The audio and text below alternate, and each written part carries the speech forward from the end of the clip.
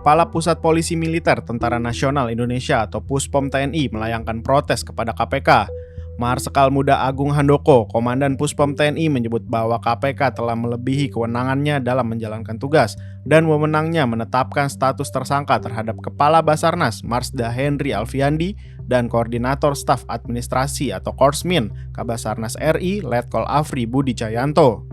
Protes Puspom TNI berbuah manis. KPK meminta maaf, mengakui penetapan status tersangka sebagai sebuah kekeliruan oleh lembaga anti rasuah tersebut. Kami dalam rapat tadi sudah menyampaikan kepada teman-teman TNI kiranya dapat disampaikan kepada Panglima TNI dan jajaran TNI. Atas kehilafan ini kami mohon dapat dimaafkan, kata Wakil Ketua KPK Johanis Tanak akhir pekan lalu. Sebuah permintaan maaf yang banyak kalangan dianggap konyol serta berlebihan. Mantan Ketua KPK Abraham Samad menyebut pihak KPK seharusnya tidak perlu meminta maaf dan secara tegas harus tetap menangani perkara dengan melibatkan TNI dalam penyelidikan dan penyidikannya agar transparan. Menurut saya tidak ada tekanan dari TNI, cuma pimpinan KPK saja yang lebay, minta maaf, serga Samad kepada Forum Keadilan Senin 31 Juli 2023. Nggak perlu minta-minta maaf begitu, ujarnya. Setali tiga uang dengan Samad, ex-penyidik KPK Yudi Purnomo juga menyebut lembaga anti rasuah tersebut tak perlu meminta maaf lantaran ini menjadi bagian dari penegakan hukum.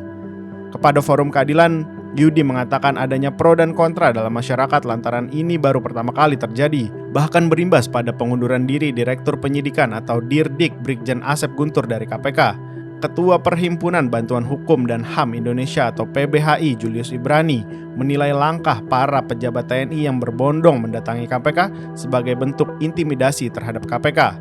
Ini bukan hanya menunjukkan kuasa mereka, itu sebuah arogansi institusional yang menggambarkan bahwa TNI kita perlu reformasi, ucapnya ketika dihubungi Forum Keadilan Sabtu 29 Juli 2023. Sejatinya KPK memiliki dasar hukumnya sendiri, yakni Undang-Undang KPK Pasal 42 Undang-Undang Nomor 30 Tahun 2002 yang mengatakan KPK berwenang mengordinasikan dan mengendalikan penyelidikan, penyidikan, dan penuntutan tindak pidana korupsi yang dilakukan bersama-sama oleh orang yang tunduk pada peradilan militer dan peradilan umum. Mengacu pada pasal tersebut, seharusnya KPK yang mengendalikan proses hukum kasus dugaan korupsi yang menyeret prajurit aktif TNI Marsda Henry Alfiandi.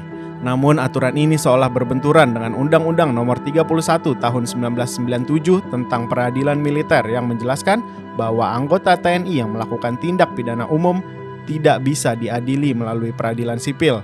Pasca pemberlakuan Undang-Undang TNI tahun 2024, peradilan militer juga masih berwenang mengadili anggota TNI yang melakukan tindak pidana umum.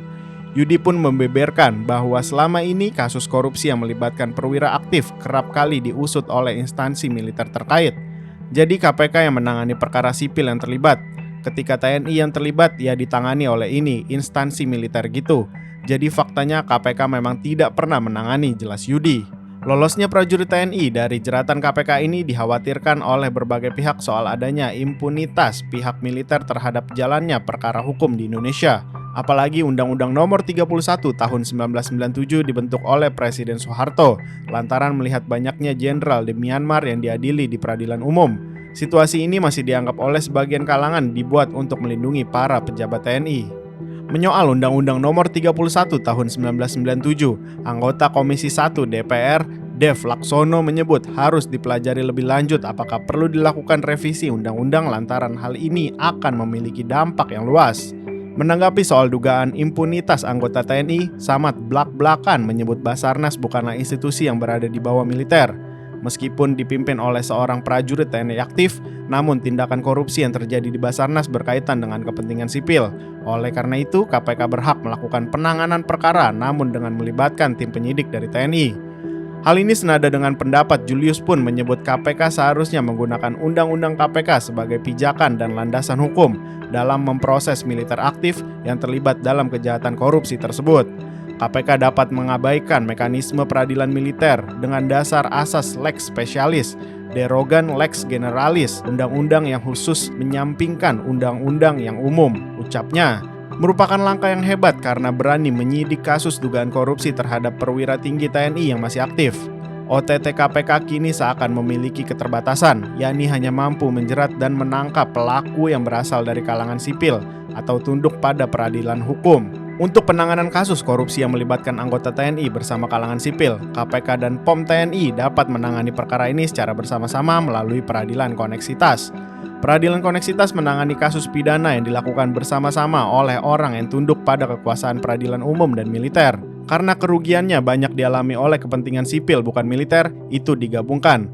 Itu yang disebut koneksitas. Jadi penanganan perkaranya itu digabungkan antara KPK dengan TNI, ungkap Samad. Sejatinya, Kejaksaan sudah memulai langkah adanya peradilan koneksitas pada 2002 dengan membentuk tim yang berasal dari unsur Kejaksaan dan TNI. Kasus pertama untuk penanganan korupsi Nikal asisten kontrak antara Pertamina dan Ustraindo Petrogas. Kasus ini melibatkan Ginanjar Kartasasmita, mantan menteri pada era Soeharto yang juga tercatat sebagai anggota TNI, serta sejumlah pejabat di Pertamina. Namun, khusus untuk KPK, sejak didirikan tahun 2002 hingga saat ini, KPK belum pernah sekalipun membentuk tim koneksitas bersama dengan pihak TNI untuk menangani perkara korupsi yang melibatkan pelaku dari unsur sipil dan militer.